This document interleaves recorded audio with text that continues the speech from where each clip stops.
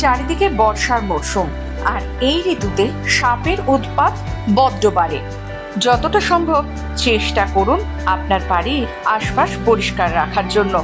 আজ আমরা আলাদা করে কোনো অসুস্থতা বা রোগের কথা নয়, কথা বলবো এই ভরা বর্ষার মরশুমে কি করে সাপের হাত থেকে আপনি বাঁচবেন। বাড়ির আশপাশ পরিষ্কার পরিচ্ছন্ন রাখলে এতে আর যাই হোক সাপ প্রবেশ করতে পারবে না আপনার ঘরে। সাপের কামড় এড়াতে কি করণীয়? গর্তের মধ্যে কখনো হাত বা পা ঢোকাবেন না। বাড়ির আশেপাশে থাকা গর্ত থেকে দূরে থাকুন। সংশ্লিষ্ট এলাকায় কাজ করার সময় বুট বা লম্বা প্যান্ট পরুন। রাতে চলাচলের সময় অবশ্যই হাতে টর্চ লাইট রাখুন। বাড়ির চারপাশ পরিষ্কার আবর্জনা মুক্ত রাখুন। আমরা আগেও বললাম, সমস্ত সাপের কামড়ের সবচেয়ে সাধারণ উপসর্গ হলো একটি অপ্রতিরোধ্য ভয়, যা অন্যান্য উপসর্গগুলোর জন্য অবদান রাখতে পারে, এবং এর মধ্যে বমি বমি ভাব এবং ডায়রিয়া, মাথা ঘোরা, মূর্ছা যাওয়া, ঠান্ডা, আঠালো ত্বক অন্তর্ভুক্ত থাকতে পারে। বিষের বিস্তার রোধ করতে ব্যক্তিকে শান্ত রাখতে হবে। এরপর একটি পরিষ্কার ব্যান্ডেজ দিয়ে ক্ষত স্থানটি ঢেকে এর চারপাশে আঁটোসাঁটো করে সুতো দিয়ে বেঁধে ফেলতে হবে।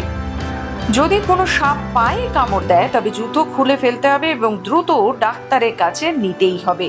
ক্ষত হৃৎপিণ্ডের ওপরে অংশে থাকলে সেটিকে কাটার চেষ্টা না করাই ভালো। যদি আপনার বাসস্থান থেকে হাসপাতালের দূরত্ব বেশি থাকে তাহলে অবশ্যই সঠিক প্রাথমিক চিকিৎসার ব্যবস্থা করুন। ক্ষত পরিষ্কার করুন এবং অ্যান্টিসেপটিক প্রয়োগ করুন। দ্রুত কামড়ের ওপর জল চালান।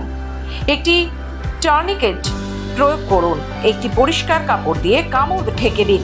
দংশিত স্থান কাটবেন না, সুই ফোটাবেন না কিংবা কোনো ধরনের প্রলেপ লাগাবেন না। অন্য কিছু প্রয়োগ করা উচিত নয়।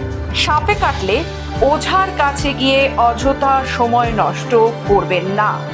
যত দ্রুত সম্ভব নিকটস্থ হাসপাতাল বা স্বাস্থ্যসেবা কেন্দ্রে যান।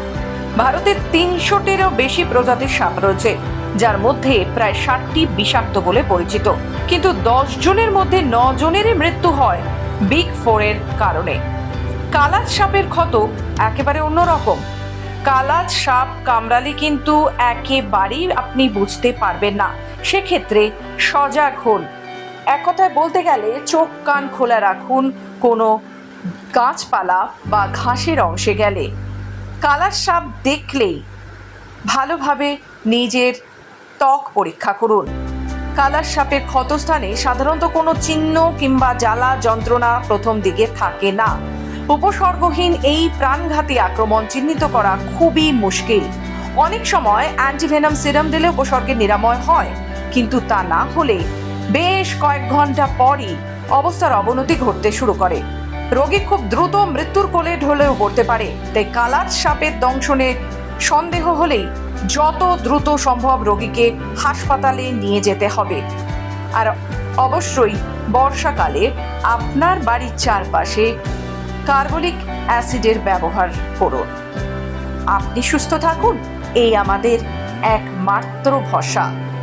আর এই বিষয়ে আরও বিশদে জানতে হলে বিশেষজ্ঞের পরামর্শ নিন।